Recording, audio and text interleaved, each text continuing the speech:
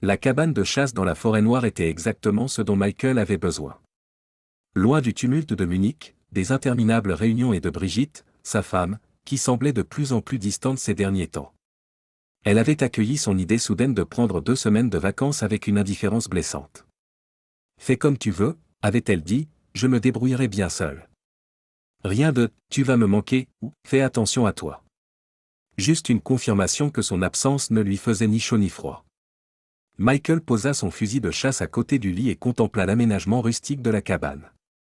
L'odeur du bois et le silence de la forêt étaient exactement ce dont il avait besoin pour y voir plus clair. Leur mariage n'était plus ce qu'il avait été. Après 20 ans, une routine s'était installée, étouffant toute flamme.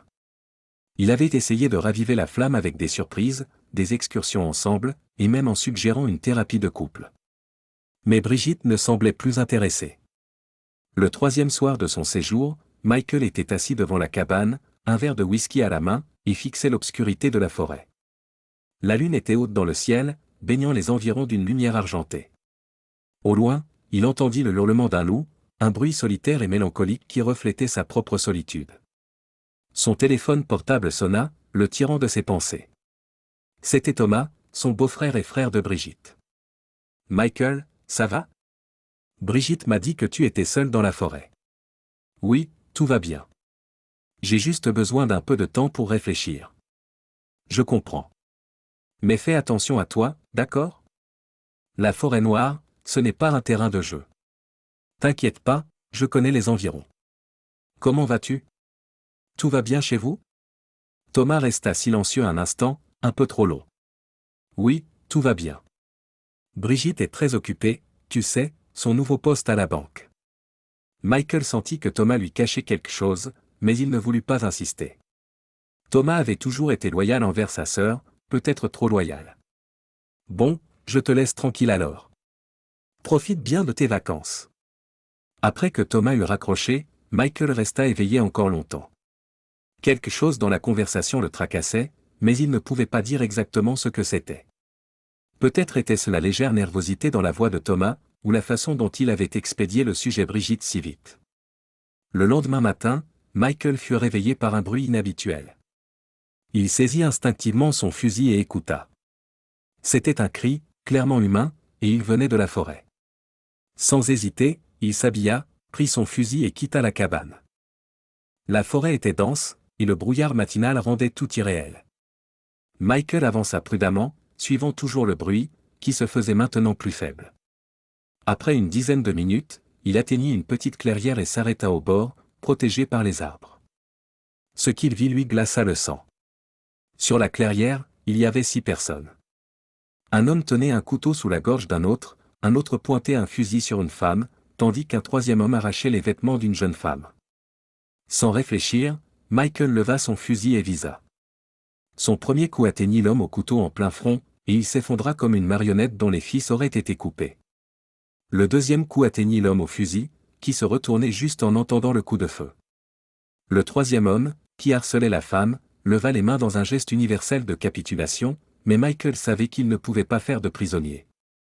Son 3e coup l'atteignit également en plein front. Tuer ne posait aucun problème à Michael. Pendant son service militaire, il avait appris à agir dans de telles situations sans hésitation. Il resta immobile pour s'assurer qu'aucune autre menace ne planait. L'homme et la femme se précipitèrent vers la jeune femme pour l'aider. Michael contempla la scène et se demanda ce qui avait amené ces gens ici. Il sortit de la protection des arbres et s'approcha des 3 survivants. La jeune femme, dont les vêtements étaient déchirés, tremblait, et la femme plus âgée avait un bras autour d'elle. L'homme se tenait devant les deux, les protégeant. « Êtes-vous blessé ?» demanda Michael en allemand. L'homme répondit en allemand courant avec un léger accent d'Europe de l'Est. « Non, grâce à vous, non. Nous voulions juste. » Il s'interrompit, incertain de ce qu'il devait révéler. « Vous n'êtes pas d'ici ?» constata Michael. « Nous venons de Roumanie » dit l'homme hésitant. « Ces hommes nous avaient promis de nous emmener à Stuttgart, chez mon cousin. Nous leur avons donné beaucoup d'argent. Mais après la frontière. » Il désigna les cadavres. Ils voulaient plus. Pas seulement de l'argent. Michael acquiesça, compréhensif. La région était coutumière des trafics d'êtres humains. Vous avez une voiture? L'homme acquiesça. Elle est garée à environ 1 kilomètre d'ici, sur un chemin forestier. Vous savez conduire? Oui. Michael fouilla les poches des morts et trouva plusieurs milliers d'euros. Il donna l'argent à l'homme. Prenez ça. Emmenez votre famille chez votre cousin. Je vais vous accompagner pour m'assurer que vous arriviez en sécurité. L'homme prit l'argent, les larmes aux yeux. Merci. Merci infiniment. Je ne sais pas comment nous pourrons jamais vous remercier. Michael fit un geste de la main. Ce n'est rien. Allons-y avant que quelqu'un n'arrive. Le trajet jusqu'à Stuttgart dura 3 heures. Michael était assis sur le siège passager et gardait un œil sur la route, tandis que l'homme, qui s'était présenté comme Robert, conduisait. La jeune femme, Julia, la fille de Robert, dormait sur la banquette arrière, épuisée par les événements. Elena, la femme de Robert, était assise à côté d'elle et lui caressait la main, cherchant à la rassurer. Pourquoi l'Allemagne? Demanda Michael au bout d'un moment. Robert soupira. Il n'y a pas de travail pour nous en Roumanie. Mon cousin a une entreprise de nettoyage à Stuttgart, il peut nous embaucher. On veut juste une vie meilleure pour Julia. Michael hocha la tête.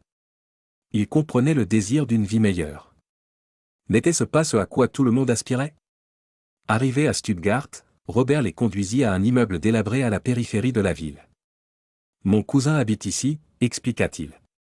Michael accompagna la famille jusqu'à la porte de l'appartement, où un homme surpris, mais ravi, ouvrit la porte et accueillit la famille dans un mélange de roumain et d'allemand approximatif. Après une brève explication et des remerciements chaleureux, Michael prit congé et quitta l'immeuble. Il se demanda ce qu'il allait faire maintenant. L'idée de retourner à la cabane ne lui plaisait pas. Après ce qui s'était passé, il avait besoin d'être entouré de monde, de visages familiers. Il décida de rentrer à Munich, chez Brigitte. Peut-être était-ce le signal d'alarme dont leur mariage avait besoin. Un moment de danger pour réaliser ce qui comptait vraiment. Il loua une voiture et conduisit directement à Munich. Pendant le trajet, il pensa à son mariage, au bon moment et au mauvais. Peut-être avait-il trop négligé Brigitte, trop travaillé, passé trop peu de temps avec elle. Il se promit de changer cela, de lui montrer combien elle comptait pour lui. Les rues de Munich étaient calmes lorsqu'il tourna dans son quartier au petit matin. Mais lorsqu'il s'engagea dans sa rue, il eut un haut le cœur. Plusieurs voitures qu'il ne connaissait pas étaient garées devant sa maison. La lumière du salon était allumée et il pouvait apercevoir des mouvements vagues derrière les rideaux. Brigitte avait-elle organisé une fête? Sans lui? Il gara sa voiture un peu plus loin et s'approcha prudemment de la maison. La porte d'entrée n'était pas verrouillée, et en entrant, il entendit de la musique et des rires provenant du salon. Il resta immobile dans le couloir, ne sachant pas quoi faire. Puis il entendit le rire de Brigitte, fort et gai, comme il ne l'avait plus entendu depuis des mois. Lentement, il se dirigea vers le salon et s'arrêta sur le seuil, invisible pour les personnes présentes dans la pièce. Ce qu'il vit lui glaça le sang. Brigitte était allongée sur le canapé, en sous-vêtements, et embrassait un homme que Michael reconnut comme Stéphane, son collègue de la banque. Des bouteilles de vin vides et des vêtements étaient éparpillés sur le sol. Assise dans le fauteuil, une femme baisse, la collègue de Michael était dans une position sans équivoque avec un homme que Michael identifia comme étant un collègue de travail de Brigitte, mais dont il ignorait le nom. Son premier réflexe fut de se précipiter dans la pièce et d'arracher Stéphane à sa femme. Mais quelque chose le retint. Un calme étrange l'envahit, une distance, comme s'il regardait une scène de film et non sa propre vie. Il sortit son téléphone de sa poche et commença à filmer la scène. S'il devait prouver quelque chose plus tard, il voulait des preuves. Puis il recula d'un pas, pour voir ce qui se passait d'autre dans sa maison. Il monta silencieusement les escaliers et jeta un coup d'œil dans la chambre d'amis. Là, il trouva Thomas, le frère de Brigitte, avec une autre collègue de Brigitte. La scène était aussi explicite que celle du salon. Michael se demanda amèrement si Thomas l'avait appelé pour s'assurer qu'il était bien parti avant de lancer cette fête. Alors qu'il s'approchait de sa chambre, il entendit un homme crier « J'ai bientôt fini ». Qui est le prochain? L'estomac de Michael se noua. Dans sa chambre, sur son lit, il trouva Brigitte avec son patron, Richard. La vue de Brigitte, sa femme depuis 20 ans, dans les bras d'un autre homme, sur le lit qu'ils partageaient, fut comme un coup physique. Il pouvait à peine respirer, à peine penser. Mais il se força à rester calme, à continuer à filmer. Le cri de Stéphanie provenant du salon brisa le silence. Oh merde! Elle avait remarqué Michael et essayait désespérément de se dégager de son amant. Dans la chambre, Brigitte et Richard se figèrent. Le visage de Brigitte devint livide, et Richard sauta du lit, essayant de cacher sa nudité. Michael, murmura Brigitte, tu ne devrais pas être là. Manifestement non, répondit-il avec une froideur dans la voix qui le surprit lui-même. Richard, apparemment déterminé à sauver la situation, adopta une sorte de posture de combat et bondit du lit, comme pour jouer les protecteurs. Michael ne put s'empêcher de rire, tellement le spectacle de cet homme nu affichant une prétendue pose de karaté était ridicule. Tu es ridicule, dit Michael, plantez là dans ta fausse posture d'arts martiaux, avec ton pitoyable petit machin qui pendouille. Ces mots touchèrent apparemment Richard là où ça fait mal, car il se jeta sur Michael. Michael, qui filmait toujours, balança son téléphone au visage de Richard. Richard leva les mains pour se protéger, et Michael lui assena un coup de pied dans l'entrejambe. Richard se plia de douleur et s'agenouilla. Michael ramassa son téléphone, aida ensuite Richard à se relever, lui tordit le bras gauche et le conduisit à travers la maison jusqu'à la porte d'entrée. Il ouvrit la porte, poussa Richard nu sur le perron et alluma la lumière extérieure. Entre-temps, la plupart des invités avaient déjà commencé à s'habiller et à quitter la maison. Seules 3 personnes étaient restées, Thomas, qui prétendait être resté pour s'assurer que Michael ne ferait pas de mal à sa sœur, Stéphanie, la meilleure amie de Brigitte, qui affirmait qu'elle serait là pour Brigitte si elle avait besoin d'elle, et bien sûr, Brigitte elle-même. Stéphanie, une femme attirante d'une 40aine d'années qui avait toujours bien aimé Michael, lui demanda ce qu'il comptait faire. « Je vais divorcer de Brigitte, répondit-il sans hésiter. « Pourquoi » demanda-t-elle. « Ce n'était qu'une histoire de sexe, en gros. »« Je ne pense pas, » dit Michael. Il n'y avait pas d'amour là-dedans. Il pensa aux vœux de mariage qu'il avait échangés avec Brigitte. Il ne les avait jamais brisés, bien qu'il ait eu des tentations. Elle a fait les mêmes vœux que moi, continua-t-il. Moi aussi, j'ai des besoins envers d'autres femmes. Mais j'ai juré de laisser toutes les autres derrière moi, et je n'ai jamais même laissé entrevoir ce que je ressentais. Autant que je sache, Brigitte a brisé ses vœux identiques, et a au contraire fait les mêmes promesses à d'autres il y a un certain temps déjà. En retournant dans la chambre, il trouva Brigitte assise sur le lit, en pleurs. « Arrête de pleurer, lui conseilla-t-il, et fais tes affaires. » Elle haleta, « Je n'ai pas à partir. C'est aussi ma maison. » « Plus maintenant, » dit Michael. « Plus après ce soir. » Brigitte le fixa, incrédule. « Tu ne peux pas me mettre à la porte comme ça. Nous sommes mariés, la maison nous appartient à tous les deux. Tu te souviens de l'accord que nous avons signé avant notre mariage? Celui qui trompe part avec seulement ses vêtements. Ton père y a insisté, tu te souviens. Il voulait s'assurer que sa précieuse fille soit protégée si jamais je devais être infidèle. Ironique, n'est-ce pas? Brigitte devint blême. Tu ne peux pas être sérieux. Ce n'était qu'une formalité. Non, c'était un contrat légalement contraignant. Et je vais le faire respecter. Mon père ne laissera pas faire ça, menaça-t-elle.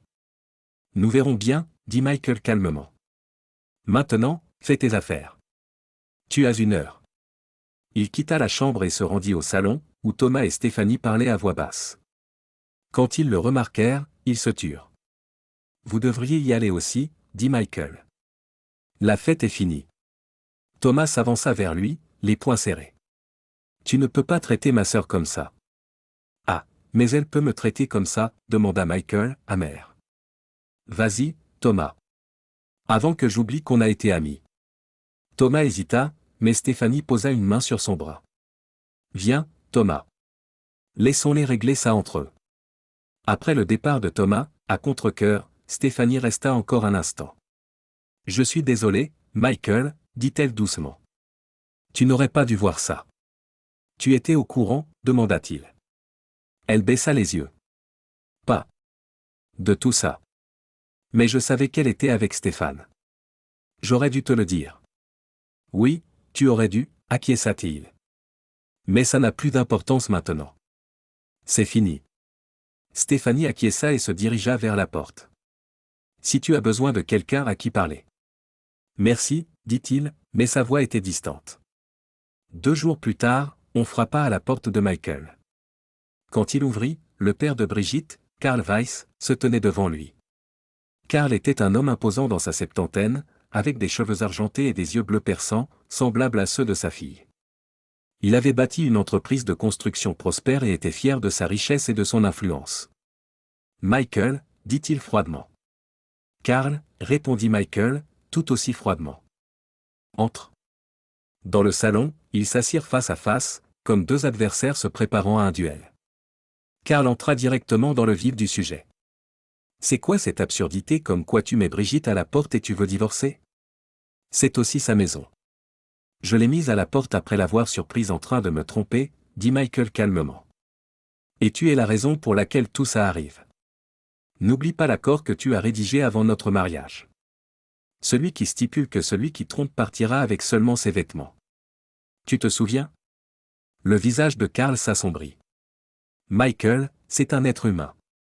Elle t'aime à la folie et fait des erreurs comme tout le monde. Tu peux sûrement surmonter ça. D'après ce que je sais, ça dure depuis plus d'1 an et avec plus d'un homme, dit Michael.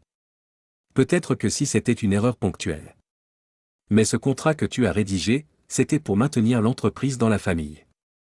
Alors tu aurais dû l'écrire comme ça, rétorqua Michael. Ta formulation est parfaitement claire, si l'un de nous trompe l'autre, il part sans rien. Tu es entièrement responsable de ça. C'est toi qui l'as écrit. C'est toi qui m'as forcé à le signer. Carl se pencha en avant, sa voix devenant menaçante et basse. Tu devrais y aller doucement avec elle, mon fils. Si tu me forces à prendre un avocat pour elle, les choses pourraient mal tourner. Michael sortit son téléphone de sa poche, pianota quelques touches et dit, tu veux des problèmes. Je tiens le téléphone en l'air pour que tu puisses voir toi-même ce que j'ai trouvé. Il montra la vidéo à Carl. Carl la regarda et s'exclama, visiblement choqué, attends, c'est Thomas. Oui, c'était lui, confirma Michael, et ensuite, j'ai entendu de notre chambre, j'ai bientôt fini, qui est le prochain? Tu imagines l'effet si tous tes amis et ta famille en recevaient une copie personnelle. Il montra à Carl comment il avait continué à filmer la scène où sa fille bien-aimée et son amant essayaient de sortir du lit lorsqu'il était entré. Tu n'oserais pas, dit Carl, mais sa voix tremblait légèrement. Oh, si, j'oserais, assura Michael. Je la supprimerai si tu ne t'en mêles pas, le jour où le divorce sera prononcé. Personne d'autre que toi, moi et mon avocat ne la verra jamais. Mais je passerai à l'arme nucléaire si tu engages un avocat pour Brigitte et que tu contestes le divorce. C'est à toi de choisir. Alors, Carl le choqua en sortant un revolver .38 de sa poche et en exigeant que Michael lui remette son téléphone. Pourquoi faire? Tu vas faire quoi avec ça? Demanda Michael. Effacez cette satanée vidéo, grogna Carl. Très bien, répondit Michael, alors ce sera la guerre nucléaire. Il lui tendit le téléphone. Carl agita l'arme devant le visage de Michael et lui ordonna de reculer de l'autre côté de la pièce. Michael obéit et observa Carl appuyer sur les touches pour supprimer ce qu'il avait enregistré sur sa fille. Carl quitta la maison avec un sourire triomphant, persuadé d'avoir gagné. Mais à peine était-il parti que Michael saisit son deuxième téléphone, caché dans le bureau. Il composa le numéro de Carl. Oui, répondit Carl, sa voix empreinte de suffisance. Tu croyais vraiment que je n'avais pas de sauvegarde? Demanda Michael calmement. La vidéo est en route vers ta femme, Helga. Et si tu engages un avocat pour Brigitte, le monde entier la verra. Un long silence suivit, puis ils jureront. Espèce d'enfoiré. Je t'avais prévenu, dit simplement Michael. Ne te mêle pas de mon divorce, et personne d'autre ne verra la vidéo. Comment as-tu pu montrer cette saleté à ma femme? Demanda Carl, sa voix tremblant de colère. Je t'ai dit que je te ferais subir l'option nucléaire. Carl n'a pas engagé d'avocat pour Brigitte, et l'accord a été appliqué à la lettre. Michael a conservé la maison et la majeure partie des biens communs, tandis que Brigitte n'a eu droit qu'à ses effets personnels. 2 jours après le prononcé du divorce, Michael a reçu un appel inattendu de Stéphanie. Étais-tu vraiment sérieux quand tu as dit que tu éprouvais quelque chose pour moi? Demanda-t-elle. Michael fut surpris. Oui, je l'étais. Je suis libre ce soir, dit-elle. Appelle-moi à l'ancienne, mais j'étais amie avec Anne, et j'aurais eu l'impression d'être une traîtresse si je m'étais engagé avec quelqu'un d'autre pendant que tu étais encore marié avec elle. Michael n'avait eu aucune envie de fréquenter une autre femme depuis le dépôt de la demande de divorce. Maintenant que le divorce était définitif, il demanda ce qu'elle avait en tête. Que dirais-tu d'un dîner, quelques cocktails et un peu de conversation? On verra bien où ça nous mène. Ça me semble merveilleux. Puis-je venir te chercher à 6 heures? Je serai prête. À la fin de cette soirée, après le dîner et les verres, Michael demanda à Stéphanie d'où lui était venue l'idée de cet appel. C'est très simple, expliqua-t-elle. Je comprends le genre d'homme que tu es. Tu ne te serais pas engagé avec une autre femme pendant que tu étais encore marié, alors je savais que c'était le moment. Ai-je tort? Non, tu as parfaitement raison sur moi, confirma Michael. Mais comment le savais-tu? Elle lui fit remarquer que le divorce était prononcé. Tu sais qu'elle t'aime toujours, n'est-ce pas? Dit-elle. Elle est libre maintenant et elle a quelques problèmes au travail. Mais pas assez pour être fidèle, rétorqua Michael. Pourquoi ne pas l'inviter à se joindre à notre rendez-vous? Demanda Stéphanie, sa voix douce. Alors, quelle est la prochaine étape? Puisque tu me plais, comme je te l'ai dit, la prochaine étape, c'est chez toi ou chez moi. Ma maison est plus proche, dit Michael. Alors, qu'est-ce qu'on attend? Demanda-t-elle avec un sourire séducteur. La relation avec Stéphanie fut intense et passionnée. Elle apporta à la vie de Michael une légèreté et une spontanéité qui lui avaient longtemps manqué. Pourtant, au bout d'un mois environ, Stéphanie déclara que leur relation était arrivée à son terme, mais qu'elle espérait qu'ils pourraient rester amis. Michael n'était pas surpris. Il avait senti que Stéphanie ne recherchait pas une relation à long terme. Je ne suis pas faite pour être fidèle à un seul homme, avait-elle dit. Si une amitié sans engagement t'intéresse, je suis partante. Il accepta son offre d'amitié et essaya de remettre de l'ordre dans sa vie. Son avocat l'appela pour lui annoncer que ses poursuites avaient été réglées et qu'il recevrait 1,3 million d'euros après déduction des frais d'avocat. Environ 3 mois après la fin de sa relation avec Stéphanie, Michael commença à fréquenter différentes femmes et s'amuser suffisamment pour se sentir satisfait, mais il n'avait toujours pas trouvé quelqu'un avec qui il souhaitait s'installer. Un mardi soir, Michael dînait au Drefrund, un restaurant espagnol près de son travail. Il était en train de consulter le menu quand la serveuse vint prendre sa commande. Il commanda du riz, des haricots, une margarita maison et 3 enchiladas au fromage et aux oignons. Très bien, dit la serveuse avec un léger accent. Peut-être pourriez-vous faire en sorte que je rentre chez moi en sécurité après le travail ce soir. Michael la fixa, interloqué. Quoi? Ce soir-là, près du pont dans la forêt noire, continua la serveuse à voix basse, vous nous avez sauvé la vie, à moi et à ma famille. Vous ne vous souvenez pas de moi, Michael? Michael fixa la jeune femme, et soudain, il la reconnut, c'était Julia, la fille de Robert, qui l'avait sauvée des passeurs. Elle était différente, plus soignée, plus sûre d'elle, ses cheveux étaient plus courts et teints. Mais ses yeux étaient inimitables. Julia? Murmura-t-il, incrédule. Elle acquiesça, un sourire prudent sur les lèvres. Je vous ai tout de suite reconnu quand vous êtes entré. Je voulais vous remercier depuis longtemps. Que fais-tu ici, à Munich? Demanda Michael, toujours abasourdi par cette rencontre inattendue. Mon oncle m'a aidé à trouver un emploi ici. Je suis des cours d'allemand du soir à la Volkshochschule, expliqua-t-elle. Mes parents sont toujours chez mon oncle à Stuttgart. Je suis heureux d'apprendre que vous allez tous bien, dit Michael sincèrement. Peut-être. Pourrions-nous parler après mon service? Demanda Julia, hésitante. Je termine à 22 heures. Michael réfléchit un instant. Bien sûr, je vais attendre. Michael observa Julia faire des allers-retours entre les tables. Elle se déplaçait avec une grâce naturelle, souriait aux clients et semblait s'épanouir dans son nouvel environnement. Il était difficile de croire qu'elle était la même jeune femme effrayée qu'il avait sauvée dans la forêt. À la fin de son service, Michael l'attendait devant le restaurant. Julia sortit, vêtue maintenant d'un jean et d'une veste légère. Merci d'avoir attendu, dit-elle. Y a-t-il un café dans le coin où nous pourrions discuter? Ils trouvèrent un café tranquille et commandèrent 2 cafés. Julia semblait nerveuse, ses doigts tambourinaient sur la table. Mon père m'a raconté ce que vous avez fait pour nous, commença-t-elle. Que vous nous avez sauvés. J'étais trop bouleversé à l'époque pour vraiment le comprendre. C'était une situation délicate, éluda Michael.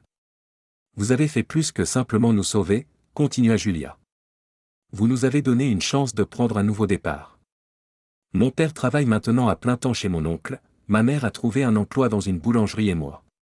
Elle sourit fièrement.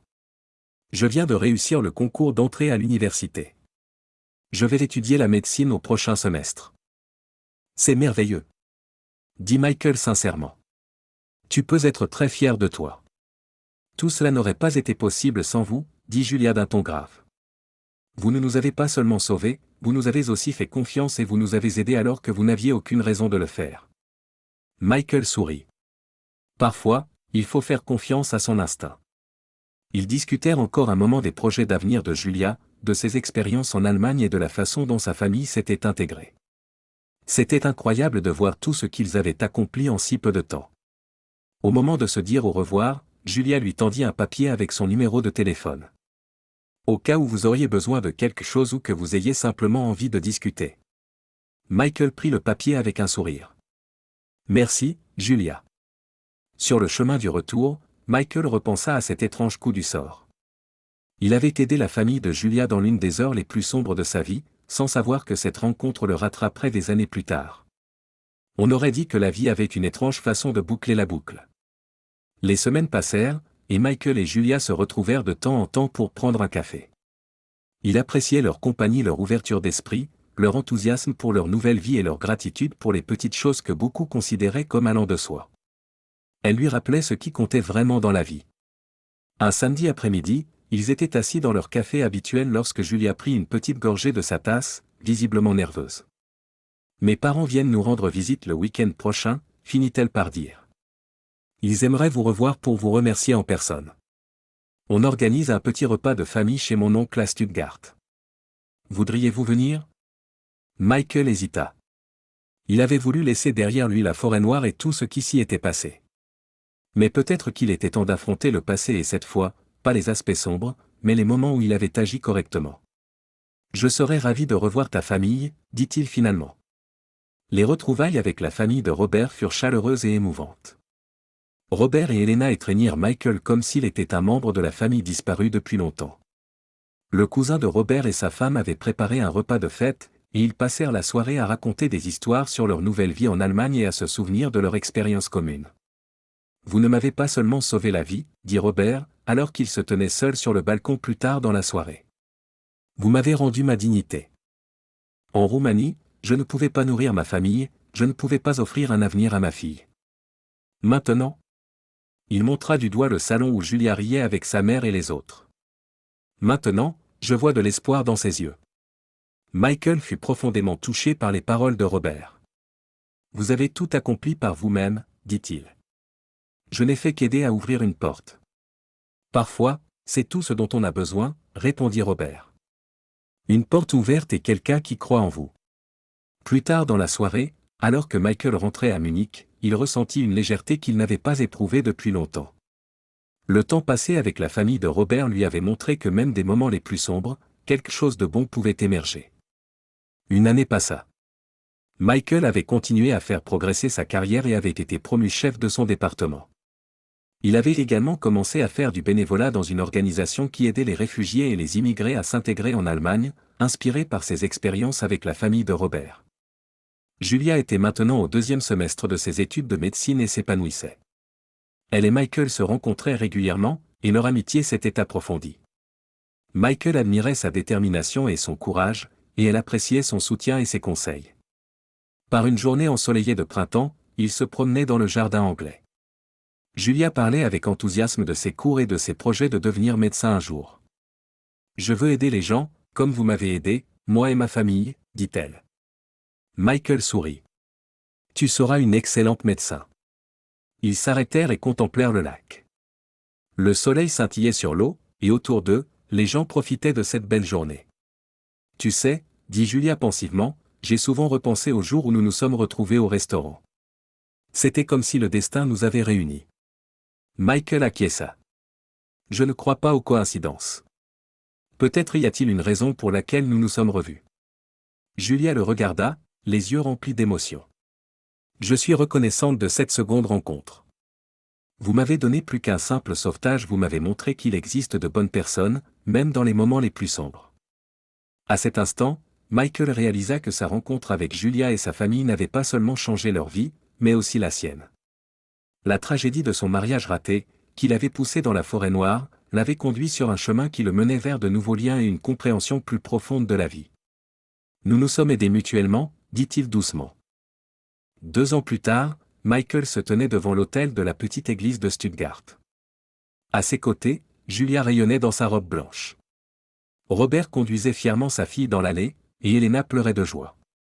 C'était un mariage petit et intime, seulement la famille et les amis proches. Stéphanie était également présente, maintenant heureuse avec son nouveau partenaire, et félicita sincèrement le couple. Alors que Michael et Julia échangeaient leurs vœux, il pensa au long et sinueux chemin qu'il avait mené à ce moment.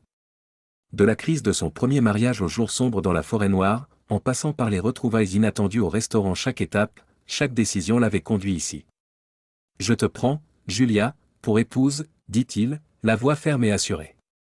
Je promets de t'aimer, de t'honorer et de te protéger, dans le bonheur comme dans l'épreuve, jusqu'à ce que la mort nous sépare. » Julia répéta les mots, les yeux brillants, et lorsqu'ils s'embrassèrent, l'assemblée éclata en applaudissements. Lors de la réception de mariage, Robert prononça un discours émouvant. Il y a des années, un étranger est venu à notre secours, un homme qui a tout risqué pour nous aider. Aujourd'hui, cet homme n'est plus un étranger, il est de la famille. Michael, tu ne nous as pas seulement sauvé la vie, tu nous as donné une nouvelle vie. Et maintenant, tu offres à ma fille un avenir rempli d'amour et d'espoir. Nous t'en serons éternellement reconnaissants. Michael et Julia s'installèrent dans un petit appartement à Munich. Julia poursuivit ses études de médecine, et Michael la soutint dans tous les domaines. Leur amour était paisible et profond, mais d'expériences partagées et d'un respect mutuel. 1 an après leur mariage, Julia donna naissance à un fils, qu'ils appelèrent Robert, en hommage à son père. Lorsque Michael tint son fils dans ses bras pour la première fois, il ressentit un amour et une gratitude immenses.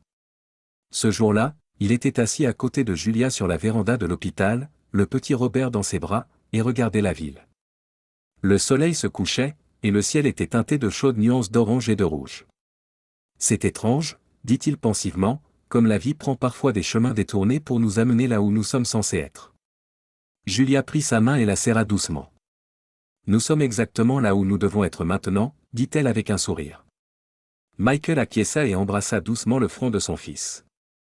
Le passé, avec toutes ses douleurs et ses pertes, l'avait mené à ce moment vers une nouvelle famille, un nouvel amour et un avenir rempli d'espoir. Celui qui était rentré inopinément avait enfin trouvé son véritable foyer.